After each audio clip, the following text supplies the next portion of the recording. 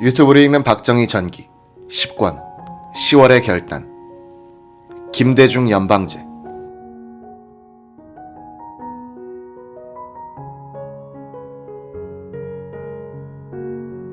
1970년 8.15 선언 1971년 8.12 적십자 회담 제의 1972년 7.4 공동성명에 이은 이정표는 1973년 6.23 선언이다. 이 선언의 핵심은 그동안 진행된 남북 대화의 파급 효과를 바탕으로 공산권에 대한 우리의 문호 개방 정책과 함께 북한의 실체를 공식적으로 인정한 바탕에서 유엔에 남북한이 동시 가입할 것을 제의한 것이었다. 말하자면 현존하는 남북한의 평화 공존을 제도화하자는 주장이었다. 북한은 남북관계의 진전을 남한 적화의 호기로 생각하고 있었으므로 박정희의 이런 현실 인정 노선에 반대했다.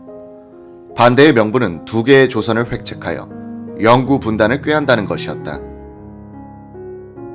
주목할 것은 당시 해외에서 망명 중이던 김대중 씨도 6.23 선언을 영구 분단을 조장하기 때문에 반대한다고 했다는 점이다.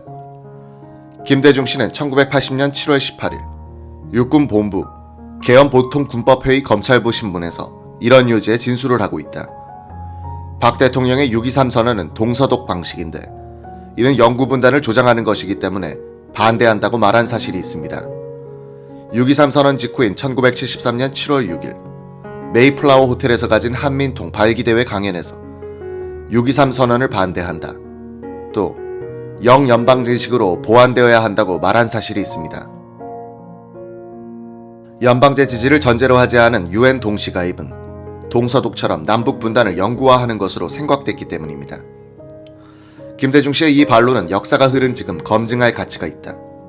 우선 6.23 선언이 동서독 방식이기 때문에 영구 분단을 조장한다는 비판은 역사적으로 오류임이 판명됐다. 동서독 방식이란 서로 간의 실체를 인정한 다음 상호 간의 교류를 확대하여 동독에 자유의 바람을 불어넣는다는 전략이며 이 전략이 주요하여 동독의 붕괴와 서독에 의한 흡수 통일이 이뤄진 것이다. 서독은 동독을 국가로 인정하지는 않았다. 정권의 정통성을 인정하지 않았다는 의미다. 박정희도 북한의 실체를 인정했지만 국가로 인정하지는 않았다. 대한민국만이 한반도의 유일 합법 정통정부임을 견지하였으므로 영구 분단이란 말은 틀린 말이다. 영구 분단이란 남한과 북한이 서로를 국가로 인정하는 관계를 말하기 때문이다. 유엔 동시가입은 서로를 국가로 인정한다는 뜻이 아니다. 김대중 씨가 6.23 선언을 지지하지 않은 이유 중에 하나로 꼽은 것은 그 선언이 연방제를 전제로 하지 않았기 때문이라고 했다.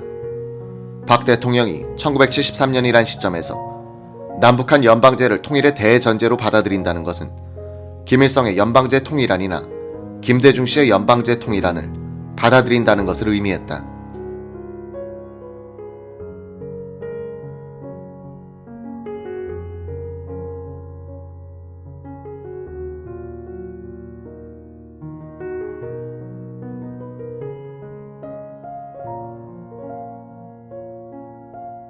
김일성의 연방제안을 받아들인다는 것은 북한의 적화통일 전략을 수용하는 것이니 대한민국을 북한에 팔아넘긴다는 뜻이 된다. 김대중 씨의 연방제안을 박정희가 받아들인다는 것은 무슨 뜻인가? 김대중 씨는 상기 신문조서에서 김일성의 연방제와 자신의 연방제 통일 방안의 차이를 이렇게 말했다. 북한 측이 주장하는 연방제는 남북이 현존하는 정치제도를 그대로 두고 양 정부의 독자적 활동을 보장하되 유엔 동시가입 등을 반대하는 것으로 보아 연방공화국의 우월적 지배권을 갖는 연방공화국으로 알고 있습니다. 본인이 주장하는 연방제는 외교, 군사, 내정에 관해 완전한 독자적 지배권을 갖는 공화국 연방제로서 지배권 문제에 차이가 있습니다. 김대중 씨는 또 자신의 연방제가 영국 연방과 비슷하다고 말했다. 영연방에 속하는 캐나다와 호주는 서로 독립주권 국가 사이다.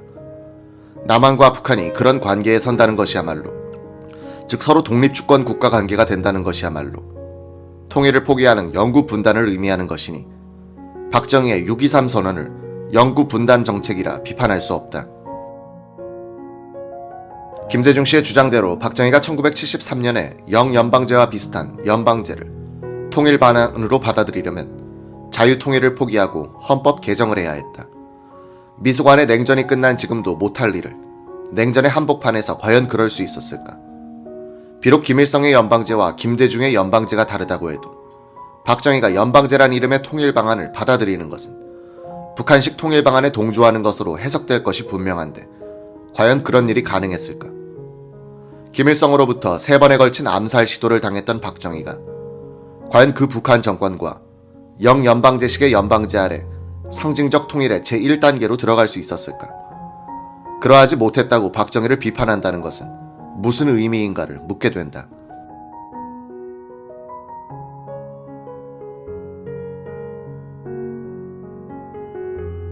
김대중 씨와 김일성은 1970년대에 이미 연방제 통일 방안이란 말을 공유하기 시작했다. 그 말뜻은 다르다고 해도 상호 접근할 수 있는 친근성은 있었다. 즉 1970년대에 이미 김대중식의 통일 방안은 대한민국의 통일 방안보다는 김일성식 통일 방안에 더 가까이가 있었다. 김대중 씨는 상기 진술조서에서 이렇게 말하고 있다. 공산통일도 용납할 수 없지만 반공통일이나 멸공통일을 하자는 것은 결코 아니다. 그의 연방제 통일 방안은 통일조국의 이념이 무엇이어야 하는가에 대한 설명이 없었다. 김대중 씨는 1992년까지도 통일조국의 정치 이념은 통일을 이룰 세대가 결정할 문제이다 라고 말했었다. 통일조국의 이념을 확실히 하지 않은 통일 방안은 종착역을 설명하지 않고 열차 손님을 구하는 행위라고 할 것이다.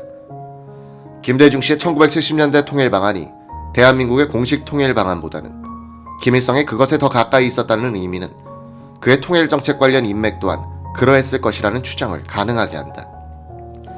이 부분에 대해서는 정밀하고 집중적인 탐구가 필요하거니와 여기서는 2가지 사례만을 든다. 상기 육군본부 계엄보통군법회의 검찰부 신문조서에는 이런 대목이 있다.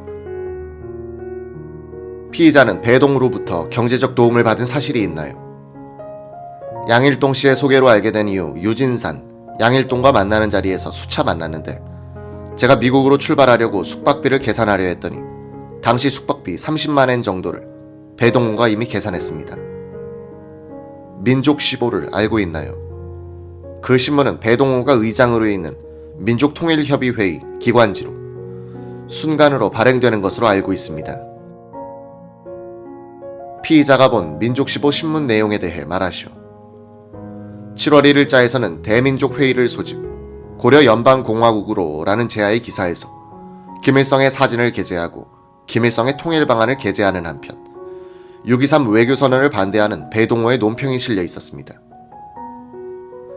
한민통일본 본부 발기 준비를 위해 여러 차례 모임이 있었는데 그 경비는 누가 부담했나요?